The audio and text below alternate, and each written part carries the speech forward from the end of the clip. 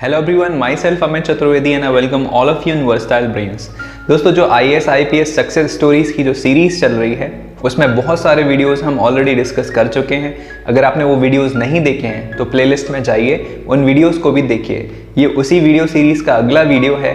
दोस्तों, ये कहानियाँ हैं उन लोगों के बारे में जिन लोगों ने अपनी लाइफ में कई सारी प्रॉब्लम्स को फेस किया, लेकिन आखिरी में वे जीते, और वे ऐसे जीते कि इस दुनिया में सभी के लिए एक उदाहरण बन गए। दोस्तों, इस कहानी में बोले गए हर एक वर्ड में इतना पावर है कि वो आपकी लाइफ को पूरी तरह से चेंज कर सकता है। तो इस वीडियो को ज़रूर आखिरी तक देखें। तो चलिए शुरू करते हैं।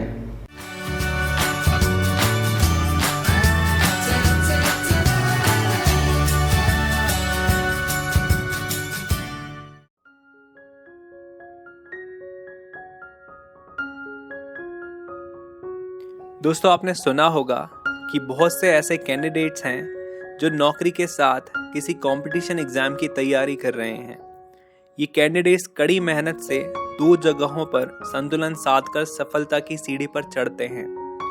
पर सुनने में ये बहुत अजीब लगता है कि हम कोई एक नौकरी करते हुए पढ़ाई कैसे करें, कैसे तैयारी करें, और UPSC जैसी सबसे मुश्किल परीक्षा तो खतरनाक डेडिकेशन मांगती है। तो दोस्तों, आज की जो कहानी है वो ऐसे ही एक टॉपर कैंडिडेट की है जिनके ऊपर काम, दबाव या मजबूरी नहीं थी, फिर भी उन्होंने हमेशा काम करते हुए ही परीक्षा की तैयारी की।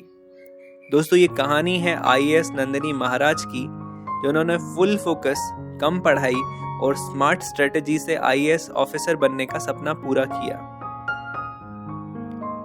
नंदिनी उन कैंडिडेट्स में से हैं जो हमेशा किताबों में नहीं घुसी रह सकती।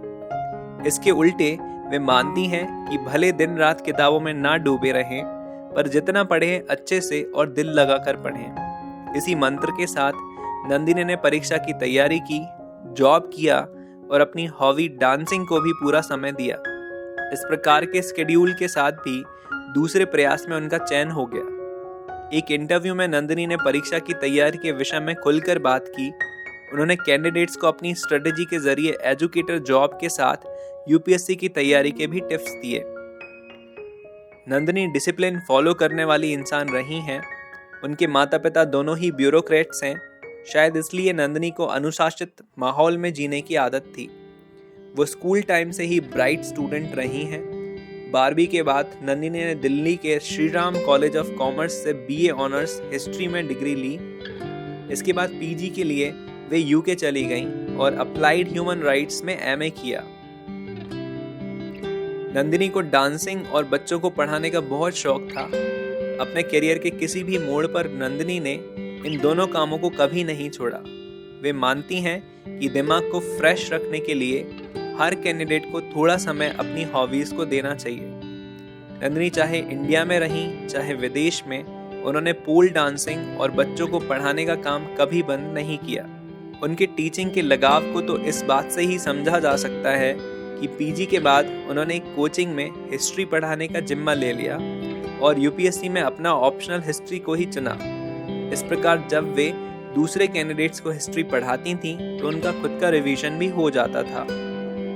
नंदिनी कहती हैं कि वे अपनी हॉबीज और जॉब के बाद दिन में 6 से 7 घंटे ही पढ़ाई के लिए निकाल पाती थीं, जो उनके हिसाब से काफ़ी है। नंदिनी मानती हैं कि ठीक से टाइम मैनेज किया जाए तो इतना समय बहुत है।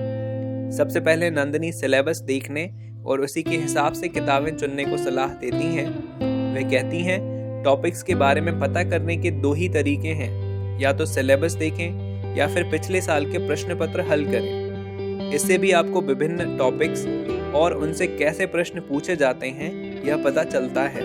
पहले अटेम्प्ट में सिलेक्ट न होने के पीछे कारण नंदिनी ऐसे और एथिक्स पेपर को कम महत्व देना मानती हैं। साथ ही उन्हें मैथ्स में समस्या आती थी। इन सभी पॉइंट्स पर उन्होंने दूसरे प्रयास में काम किया और उन्हें सुधारा। वे तैयारी के लिए टॉपर्स के इंटरव्यू भी देखने की सलाह देती हैं। हालांकि उनका यह भी मानना है कि सुने सबकी पर करें मन की, यानी वही करें जो आपके लिए ठीक हो। अपनी स्ट्रेटजी अपने हिसाब से बनाएं। जब नंदिनी का मेंस में सिलेक्शन हो गया तो वह कोई रिस्क लेना नहीं चाहती थी और इंटरव्यू के लिए जी जान लगाकर तैयारी करने लगी। आखिरकार उनकी मेहनत रंग लाई और दूसरे प्रयास में 42वीं रैंक के साथ उनका चयन हो गया। नंदिनी दूसरे कैंडिडेट्स को यही सलाह देती हैं कि अगर ठीक से प्लानिंग की जाए और ध्यान केंद्रित करके पढ़ाई करें तो आप पढ़ाई के साथ दूसरे काम करते हुए भी एग्जाम क्रैक कर सकते हैं।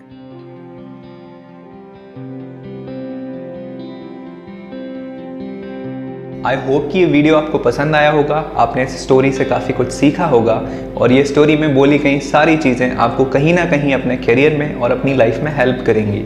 दोस्तों, अगर आपको कुछ कहना है या पूछना है या बताना है तो आप मुझे डिस्क्रिप्शन में दी गई लिंक पे फेसबुक पेज या फेसबुक प्रोफाइल पे जाकर डायरेक्ट मैसेज भी कर सकते हैं या फिर आप नीचे कमेंट सेक्शन में कमेंट लिखकर भी मुझे बता सकते हैं। ये वीडियोस आपको कैसे लग रहे हैं ज़रूर लिख के बताइए। अगर आपने चैनल को सब्सक्राइब नहीं किया है तो please subscribe the channel and press the bell icon ताकि आपको सारे वीडियोस टाइम टू टाइम मिलते रहें। तो दोस्तों, मिलते हैं अगले वीडियो के साथ, तब तक के लिए गुड बाय।